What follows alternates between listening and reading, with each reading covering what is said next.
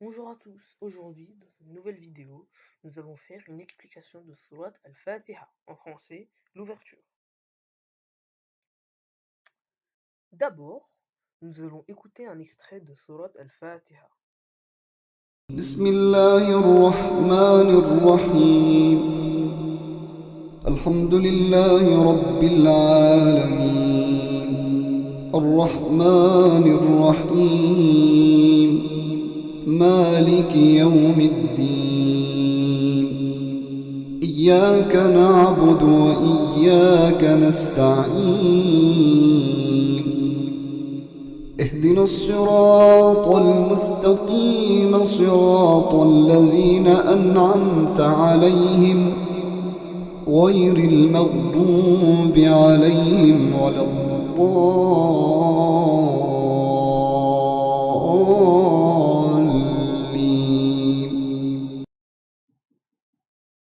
Avant de commencer l'explication de Surat Al-Fatiha, voici quelques informations qui sont à retenir.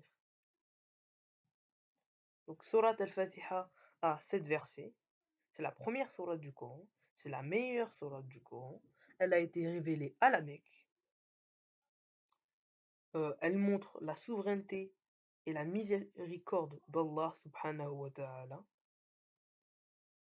La prière d'un musulman dépend de Surat Al-Fatiha parce que quand on prie, si on ne cite pas Surat Al-Fatiha, la prière n'est pas acceptée par Allah subhanahu wa ta'ala. Explication. Verset numéro 1. Bismillahirrahmanirrahim. Au nom d'Allah, le miséricordieux, le très miséricordieux. Donc Allah commence par invoquer son nom dans cette sourate. Allah subhanahu wa ta'ala nous montre qu'il a beaucoup d'attributs et de meilleurs attributs. Et parmi ces meilleurs attributs, il y a la miséricorde. Allah est aussi très pardonneur et très juste envers ses créatures.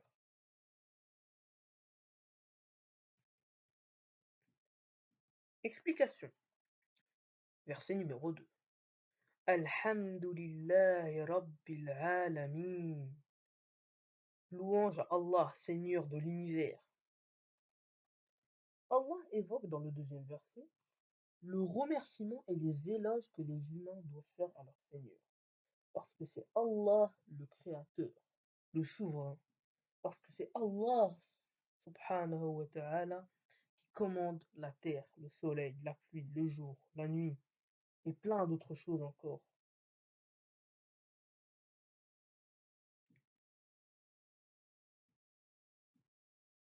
Et en fait, toutes ces choses-là ne peuvent pas survivre sans Allah subhanahu wa ta'ala.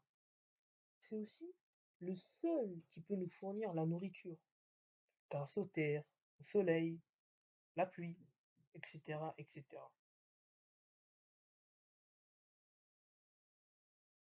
Explication. Verset numéro 3. Ar-Rahman ar-Rahim. Le tout miséricordieux, le très miséricordieux. Allah a ordonné à ses créatures de faire des actes d'adoration. Mais malheureusement, ces créatures ne sont pas toujours dans le droit chemin. Heureusement pour ces créatures, Allah a tellement de miséricorde qu'il pardonne tous leurs péchés.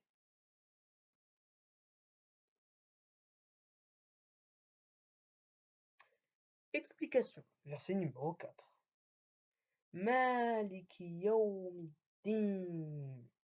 Maître du jour de la rétribution. Donc, toutes ces créatures vont revenir à lui le jour dernier. Donc, elles vont toutes mourir sur terre et après se présenter devant Allah subhanahu wa ta'ala. Ce jour-là, Allah sera le seul maître. C'est lui qui jugera chacune de ses créatures pour toutes ses actions. Il y aura deux portes.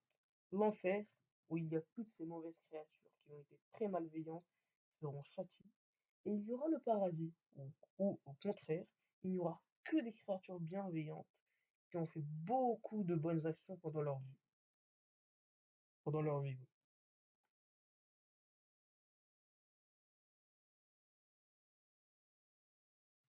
Explication. Verset numéro 5. إياك نعبد وإياك نستعين. C'est toi seul que nous adorons, et c'est toi seul dont nous implorons secours.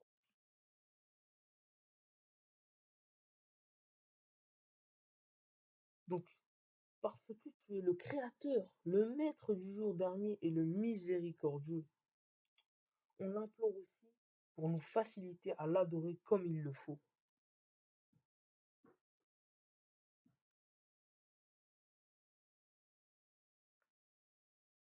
Explication. Verset numéro 6. Ihdina as-sirata al-mustaqim. Guide-nous vers le droit chemin. Allah subhanahu wa ta'ala nous demande de dire ô Allah, guide-nous vers le droit chemin.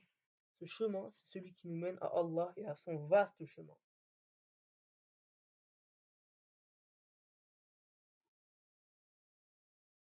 Explication. Verset numéro 7. صراط الذين أنعمت عليهم غير المغضوب عليهم ولا الضالين.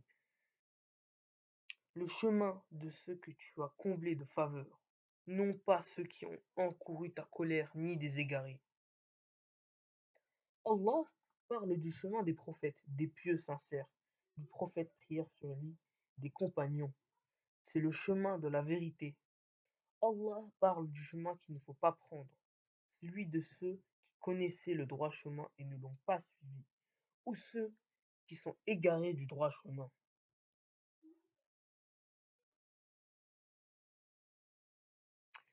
Merci d'avoir écouté ma vidéo. Si vous avez des idées de vidéos, vous pouvez les mettre dans les commentaires.